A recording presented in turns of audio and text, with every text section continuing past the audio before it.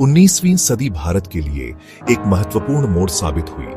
यह वह दौर था जब भारत ने परंपरा और आधुनिकता के बीच एक नए संघर्ष का अनुभव किया। यह एक ऐसा समय था जब सदियों पुरानी रियासतें ढह रही थीं और एक नया शासन जन्म ले रहा था।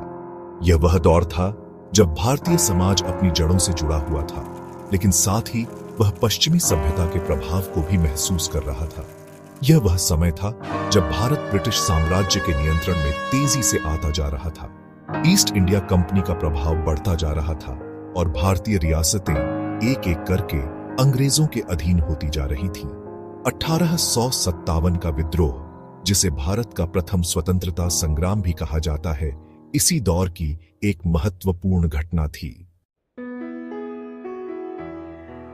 ब्रिटिश शासन ने भारतीय समाज और शासन व्यवस्था में आमूलचूल परिवर्तन ला दिए। आर्थिक नीतियों ने भारतीय उद्योगों को नष्ट कर दिया और भारत ब्रिटेन के लिए कच्चे माल का स्रोत और तैयार माल का बाजार बन गया। सामाजिक रूढ़िवादिता को चुनौती मिलने लगी और सती प्रथा जैसी कुरीतियों का उन्मूलन हुआ।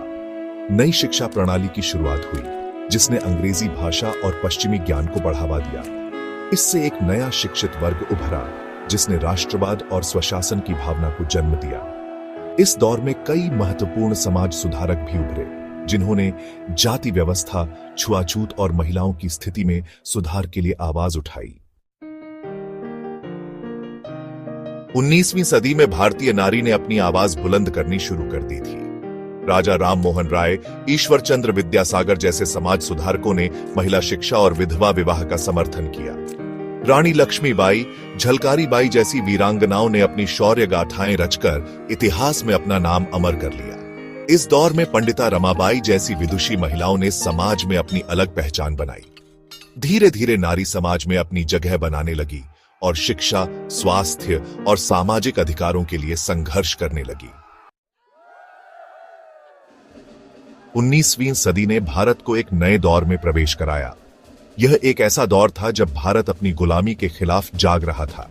यह वह समय था जब एक नया भारत जन्म ले रहा था, एक ऐसा भारत जो आधुनिकता और प्रगति के पथ पर अग्रसर था। यह वह दौर था जब भारत ने अपनी पहचान की तलाश शुरू कर दी थी, एक ऐसी पहचान जो उसे अपनी समृद्ध विरासत से जोड़ती थी और उसे भविष्य की चुनौतियों का सामना करने के लिए तैयार करती थी।